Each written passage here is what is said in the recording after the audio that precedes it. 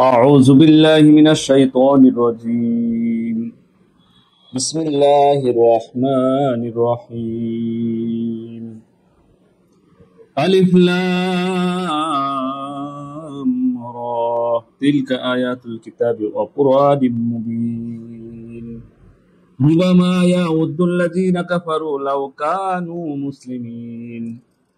جرهم يأكلوا ويتمتعوا ويلهيهم الأمل فسوف يعلمون وما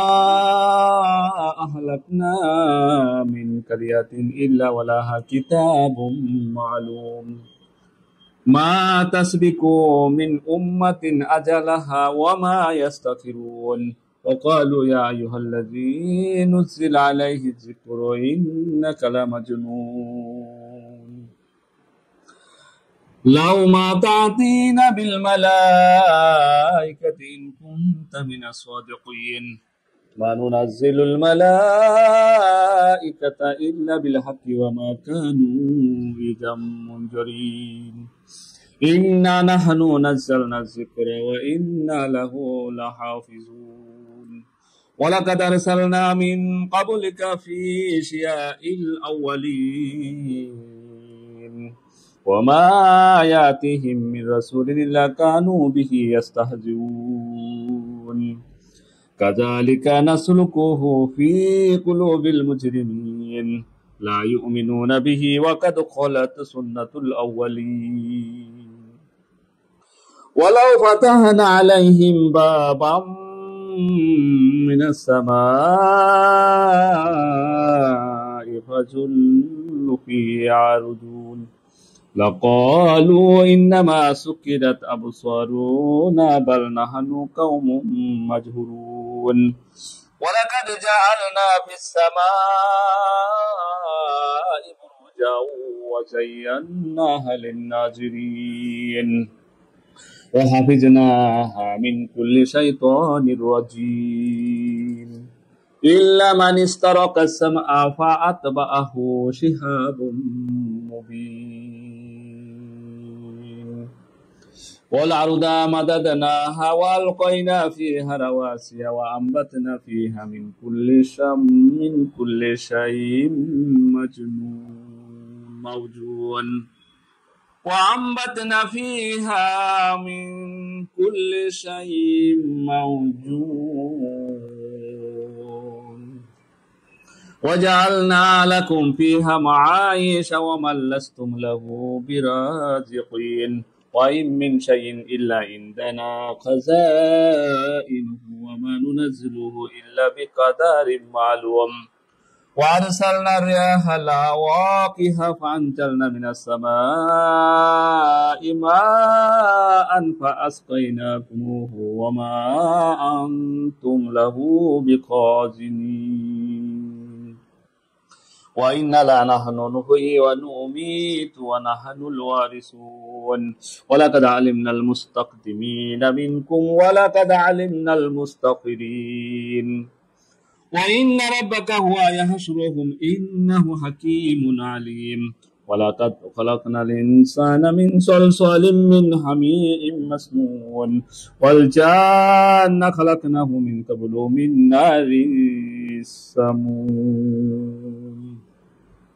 وإذ قال ربك للملائكة إني خالق بشرا من صلصال من حماء مسنون فإذا سويته ونفخت فيه من روحي فقعوا له ساجدين فسجد الملائكة كلهم أجمعون إلا إبليس أبى أن يكون مع الساجدين قال يا إبليس ما لك ألا تكون مع الساجدين قال لم أكن لأسجد لبشر خلقته من صلصال من حماء مسنون قال فاخرج منها فإنك رجيم وإن عليك اللعنة إلى يوم الدين قال رب فأنظرني إلى يوم يبعثون قال فإنك من المنظرين إلى يوم الوقت المعلوم قال رب بما أغويتني لأزينن لهم في الأرض ولا أغوينهم أجمعين إلا عبادك منهم المخلصين قال هذا صراط علي مستقيم إن عبادي ليس لك عليهم سلطان إلا من اتبعك من الغاوين وإن جهنم لموعدهم أجمعين لها 7 أبواب لكل باب منهم جزء مقسوم إن المتقين في جنات وعيون ادخلوها بسلام آمنين ونزعنا ما في صدورهم من غل إخوانا على سرور متقابلين لا يمسهم فيها نصب وما هم منها بمخرجين نبئ عبادي أني أنا الغفور الرحيم وأن عذابي هو العذاب الأليم ونبئهم عن ضيف إبراهيم إذ دخلوا عليه فقالوا سلاما قال إن منكم وجلون قالوا لا توجل إنا نبشرك بغلام عليم قال أبشرتموني على أن مسني الكبر فبما تبشرون قالوا بشرناك بالحق فلا تكن من القانتين قال ومن يقنط من رحمتي وربه إلا الضالون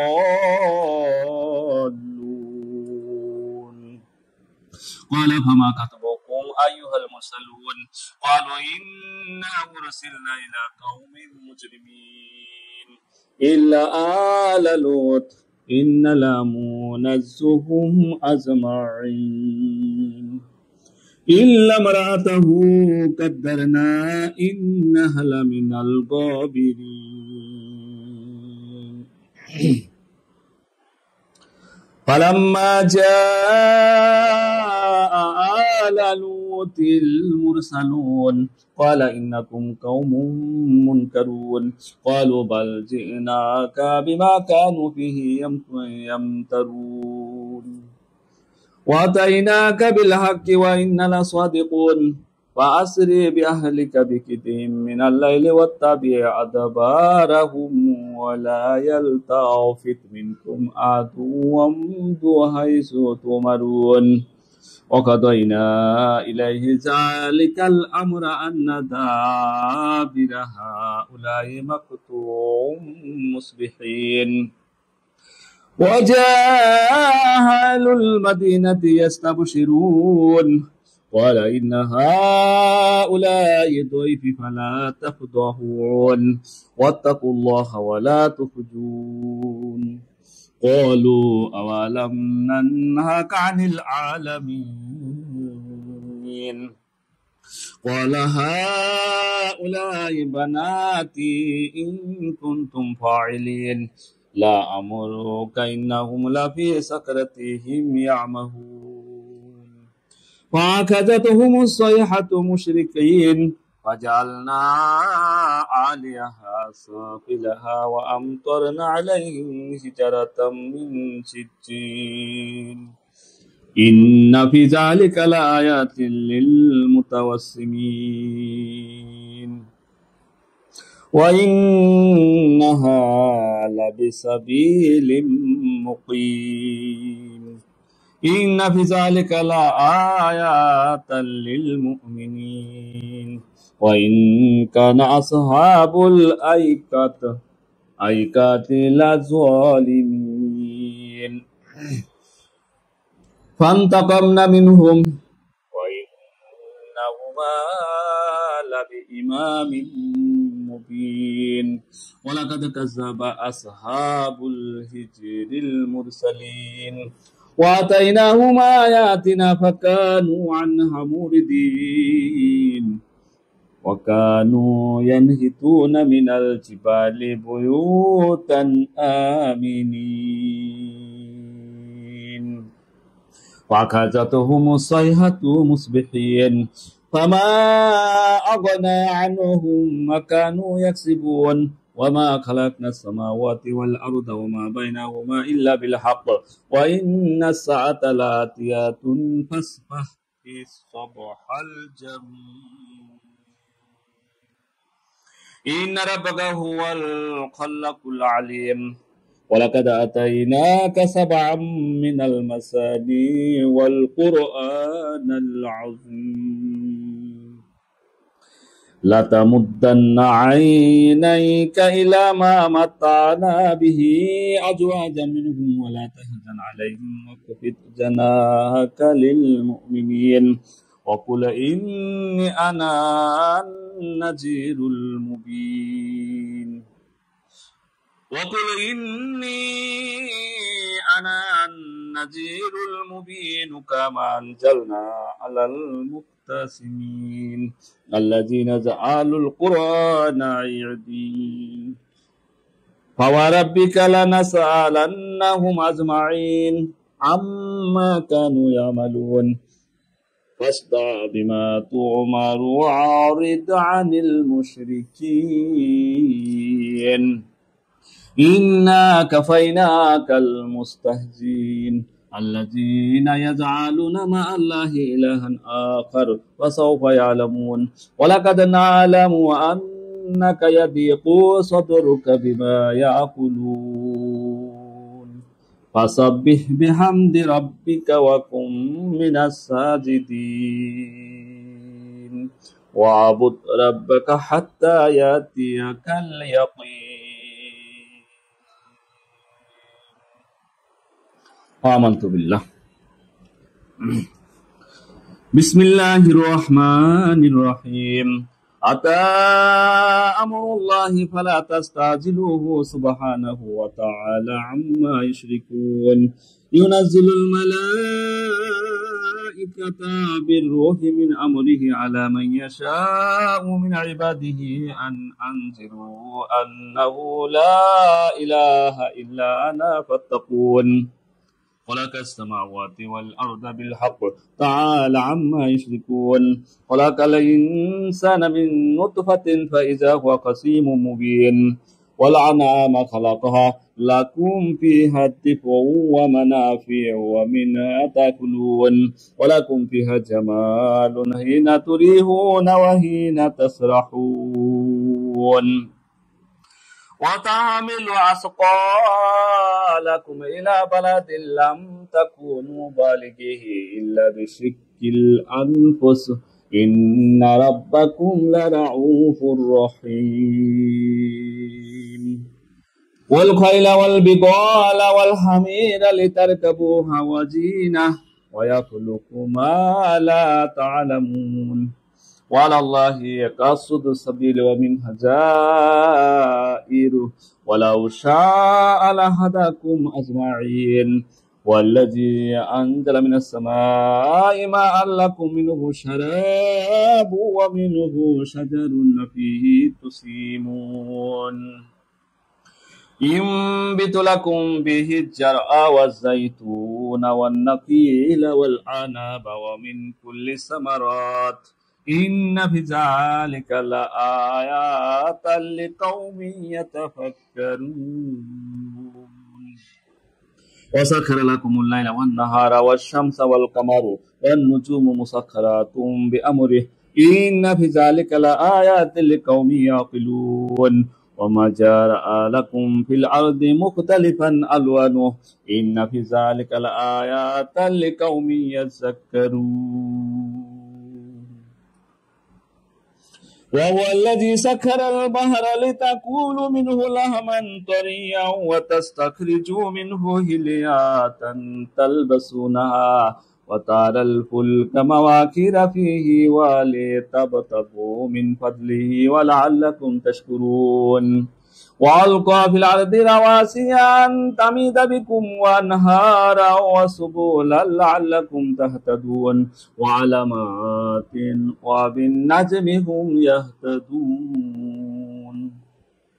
أفمن يخلق كمن لا يخلق أفلا تذكرون وإن تعدوا نعمة الله لا تحصوها إن الله لغفور رحيم والله يعلم ما تسرون وما تعلنون والذين يدعون من دون الله لا يخلقون شيئا وهم يخلقون أموات غير أحياء وما يشعرون أيان يبعثون إلهكم إله واحد فالذين لا يؤمنون بالآخرة قلوبهم منكرات وهم مستكبرون لا جرم أن الله يعلم ما يسرون وما يعلنون إنه لا يحب المستكبرين وإذا قيل لهم ما جاء أنزل ربكم قالوا أساطير الأولين ليحملوا أوزارهم كاملة يوم القيامة ومن أوزار الذين يضلونهم بغير علم ألا ساء ما يعزلون قد مكر الذين من قبلهم فآتى الله بنيانهم من القواعد فخر عليهم السقف من فوقهم وآتاهم العذاب من حيث لا يشعرون ثم يوم القيامة يخزيهم ويقول أين شركائي الذين كنتم تشاكون فيهم قال الذين أوتوا العلم إن الكتي اليوم والسوء على الكافرين الذين تتوفاهم الملائكة ظالمي أنفسهم فألقوا السلام ما كنا نعمل من سوء بلى إن الله عليم بما كنتم تعملون فادخلوا أبواب جهنم خالدين فيها فلا بئس مثوى المتكبرين وقيل للذين اتقوا ماذا أنزل ربكم قالوا خيرا للذين أحسنوا في هذه الدنيا حسنة ولدار الآخرة خير ولنعم دار المتقين جنة عدن يدخلونها تجري من تحت الأنهار لهم فيها ما يشاءون كذلك يجزي الله المتقين الذين تتوفاهم الملائكة طيبين يقولون سلام عليكم ادخلوا الجنة بما كنتم تعملون هل ينظرون إلا أن تأتيهم الملائكة أو يأتي أمر ربك كذلك فعل الذين من قبلهم وما ظلمهم الله ولكن كانوا أنفسهم يظلمون فأصابهم سيئات ما عملوا وحاق بهم ما كانوا به يستهزئون وقال الذين أشركوا لو شاء الله ما عبدنا من دونه من شيء نحن ولا آباؤنا ولا حرمنا من دونه من شيء كذلك قال الذين من قبلهم فهل على الرسول إلا البلاغ المبين ولقد بعثنا في كل أمة رسولا أن اعبدوا الله واجتنبوا الطاغوت فمنهم من هدى الله ومنهم من حقت عليه الضلالة فسيروا في الأرض فانظروا كيف كان عاقبة المكذبين إن تحرص على هداهم فإن الله لا يهدي من يضل وما لهم من الناصرين وأقسموا بالله جهد أيمانهم لا يبعث الله من يموت بلى وعدا عليه حقا ولكن أكثر الناس لا يعلمون ليبين لهم الذي يختلفون فيه وليعلم الذين كفروا أنهم كانوا كاذبين إنما قولنا لشيء إذا أردناه أن نقول له كن فيكون والذين هاجروا في الله من بعد ما ظلموا لنبوئنهم في الدنيا حسنة ولا أجر الآخرة أكبر لو كانوا يعلمون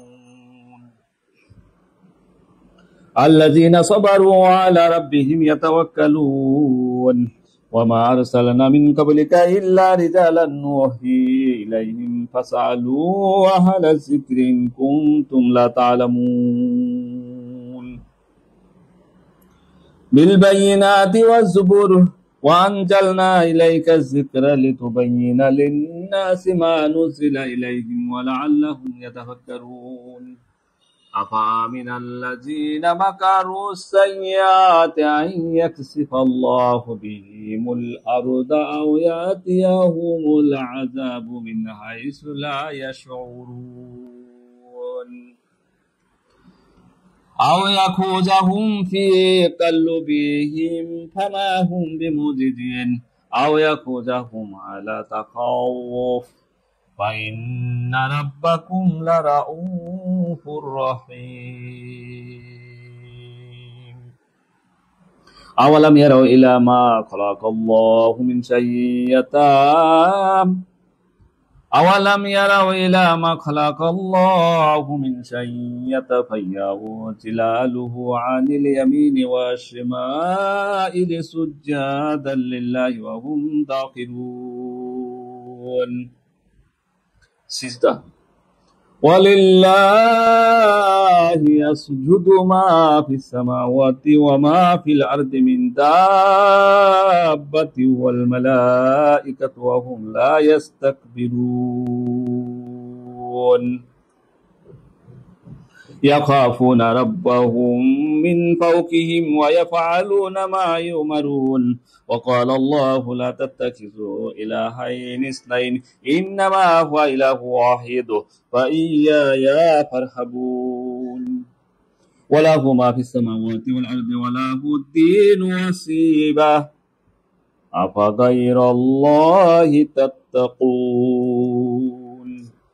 وما بكم من نعمات فمن الله ثم إذا مسكم الضر فإليه تجعلون ثم إذا كشف الضر عنكم إذا فريق منكم بربهم يشركون ليكفروا بما آتيناهم فتمتعوا فسوف تعلمون ويجعلون لما لا يعلمون نصيبا مما رزقناهم تالله لا تسألن عما كنتم تفترون ويجعلون لله البنات سبحانه ولهم ما يشتهون وإذا بشر أحدهم بالأنثى ظل وجهه مسودا وهو كظيم يتورى من القوم من سوء ما بشر به أيمسكوه على هون أم يدسوه في التراب ألا ساء ما يحكمون للذين لا يؤمنون بالآخرة مثل السوء ولله المثل الأعلى وهو العزيز الحكيم ولو يواخذ الله الناس بظلمهم ما ترك عليها من دابة ولكن يؤخرهم إلى أجل مسمى فإذا جاء أجلهم لا يستأخرون ساعة ولا يستقدمون ويجعلون لله ما يكرهون وتصف ألسنتهم الكذب أن لهم الحسنى لا جرم أن لهم النار وأنهم مفرطون تالله لقد أرسلنا إلى أمم من قبلك فزينا لهم الشيطان أعمالهم فهو وليهم اليوم ولهم عذاب أليم وما أنزلنا عليك الكتاب إلا لتبين لهم الذي اختلفوا فيه وهدى ورحمة لقوم يؤمنون والله أنزل من السماء ماء فأحيا به الأرض بعد موتها إن في ذلك لآيات لقوم يسمعون وإن لكم في الأنعام لعبرة نسقيكم مما في بطونه من بين فرث ودم لبنا خالصا سائغا للشاربين ومن ثمرات النخيل والعنب تتخذون منه سكرا ورزقا حسنا إن في ذلك لآيات لقوم يعقلون وأوحى ربك إلى النحل أن اتخذ من الجبال بيوتا ومن الشجر ومما يعرشون ثم كلي من كل الثمرات فاسلكي سبل ربك ذلولا يخرج من بطونها شراب مختلف ألوانه فيه شفاء للناس إن في ذلك لآيات لقوم يتفكرون والله خلقكم ثم يتوفاكم ومنكم من يرد إلى أرذل الأمور لكي لا يعلم بعد علم شيئا إن الله عليم قدير والله فضل بعضكم على بعض في رزقه فما الذين بدلوا برد رزقهم على ما ملكت أيمانهم فهم فيه سواء أفبنعمة الله يجحدون والله جعل لكم من أنفسكم أزواجا وجعل لكم من أزواجكم بنين وحفادة ورزقكم من الطيبات أفبالباطل يؤمنون وبنعمة الله هم يكفرون ويعبدون من دون الله ما لا يملك لهم رزقا من السماوات والأرض شيئا ولا يستطيعون فلا تضربوا لله الأمثال إن الله يعلم وأنتم لا تعلمون ضرب الله مثلا عبدا مملوكا لا يقدر على شيء ومن رزقناه منا رزقا حسنا فهو ينفق منه سرا وجهرا هل يستطيعون الحمد لله بل أكثرهم لا يعلمون وضرب الله مثلا رجلين أحدهما أبكم لا يقدر على شيء وهو كل على مولاه أينما يوجهه لا يأتي بخير هل يستوي هو ومن يأمر بالعدل وهو على صراط مستقيم ولله غيب السماوات والأرض وما أمر الساعة إلا كلمح البصر أو هو أقرب إن الله على كل شيء قدير والله أخرجكم من بطون أمهاتكم لا تعلمون شيئا وجعل لكم السمع والأبصار والأفئدة لعلكم تشكرون ألم يروا إلى الطير مسخرات في جوف السماء ما يمسكهن إلا الله إن في ذلك لآيات لقوم يؤمنون والله جعل لكم من بيوتكم سكنا وجعل لكم من جلود الأنعام بيوتا تستخفونها يوم ظعفكم ويوم إقامتكم ومن أصوافها وأوبارها وأشعارها أساسا ومتاعا إلى حين والله جعل لكم مما خلق ظلالا وجعل لكم من الجبال أكنانا وجعل لكم سرابيل تقيكم الحر وسرابيل تقيكم بأسكم كذلك يتم نعمته عليكم لعلكم تسلمون فإن تولوا فإنما عليك البلاغ المبين يعرفون نعمة الله ثم ينكرونها وأكثرهم الكافرون ويوم نبعث من كل أمة شهيدا ثم لا يؤذن للذين كفروا ولا هم يستعتبون وإذا رأى الذين ظلموا العذاب فلا يخفف عنهم ولا هم ينذرون وإذا رأى الذين أشركوا شركاءهم قالوا ربنا هؤلاء شركاؤنا الذين كنا ندعو من دونك وألقوا إليهم القول إنكم لكاذبون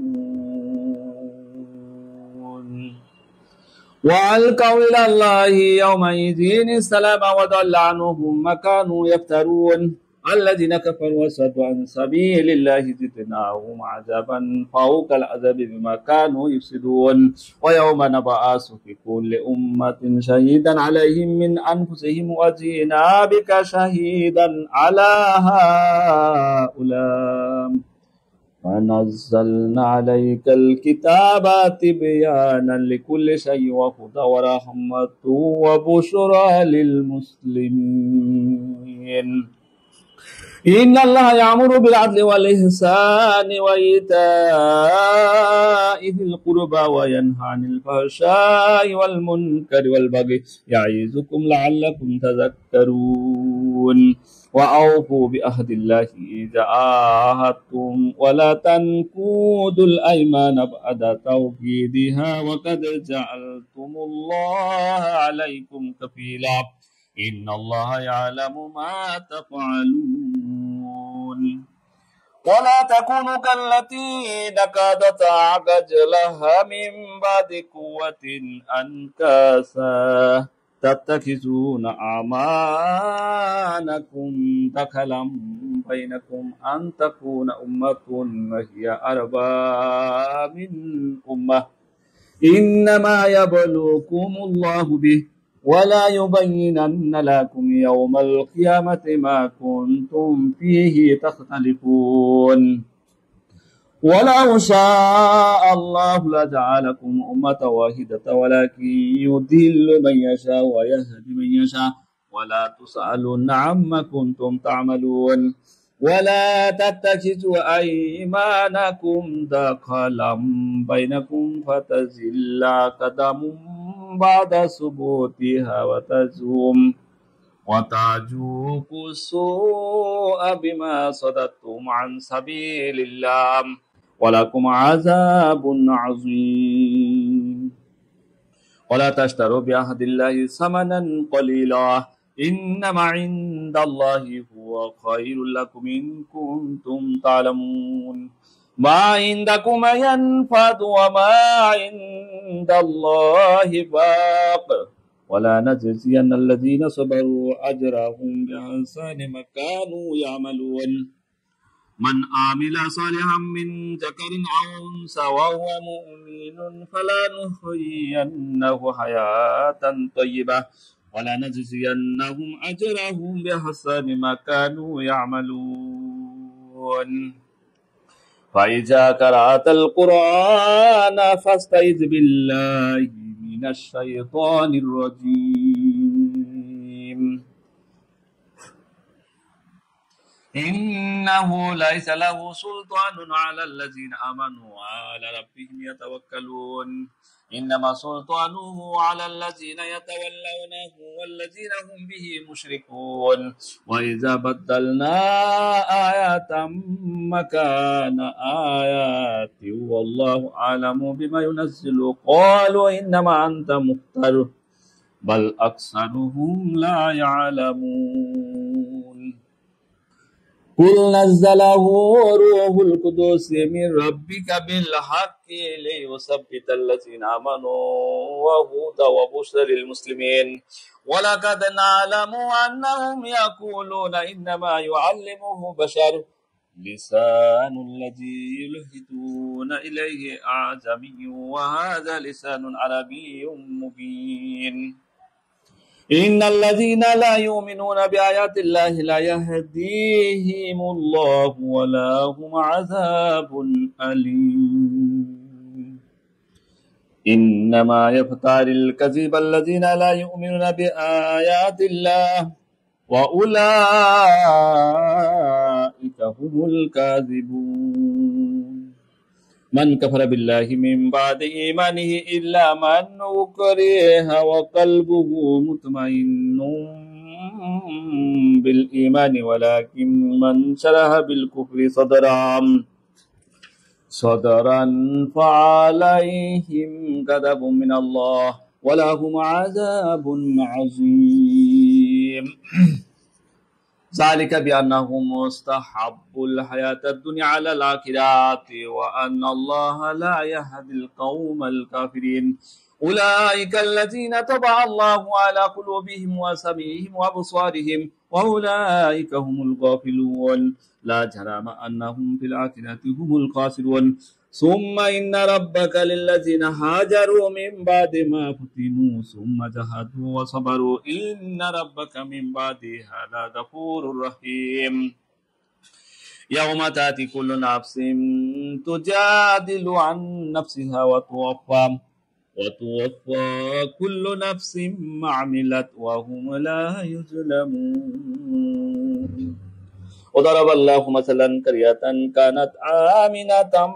مطمئنة يأتيها رزقها رغدا من كل مكان فكفرت بأنعم الله فأذاقها الله لباس الجوع والخوف بما كانوا يصنعون ولقد جاءكم رسول منهم فكذبوه فأخذهم العذاب وهم ظالمون فكلوا مما رزقكم الله حلالا طيبا واشكروا نعمة الله إن كنتم إياه تعبدون إنما حرم عليكم الميتة والدم ولحم الخنزير وما أهل بغير الله به فمن اضطر غير باغ ولا عاد فإن الله غفور رحيم ولا تقولوا لما تصف ألسنتكم الكذب هذا حلال وهذا حرام لتفتروا على الله الكذب إن الذين يفترون على الله الكذب لا يفلحون متاع قليل ولهم عذاب أليم وعلى الذين هادوا حرمنا ما قصصنا عليك من قبل وما ظلمناهم ولكن كانوا أنفسهم يظلمون ثم إن ربك للذين عملوا السوء بجهالة ثم تابوا من بعد ذلك وأصلحوا إن ربك من بعدها لغفور رحيم إن إبراهيم كان أمة قانتا لله حنيفا ولم يك من المشركين شاكرا لأنعمه اجتباه وهداه إلى صراط مستقيم وآتيناه في الدنيا حسنة وإنه في الآخرة لمن الصالحين ثم أوحينا إليك أن اتبع ملة إبراهيم حنيفا وما كان من المشركين إنما جعل السبت على الذين اختلفوا فيه وإن ربك لا يحكم بينهم يوم القيامة فيما كانوا فيه يختلفون ادع إلى سبيل ربك بالحكمة والموعظة الحسنة وجادلهم بالتي هي أحسن إن ربك هو أعلم بمن ضل عن سبيله وهو أعلم بالمهتدين وإن عاقبتم فعاقبوا بمثل ما عوقبتم به ولئن صبرتم لهو خير للصابرين واصبر وما صبروك إلا بالله ولا تهجن عليهم ولا تك في ضيق مما يمكرون إن الله مع الذين اتقوا والذين هم محسنون صدق الله العظيم آمنت بالله السلام عليكم ورحمة الله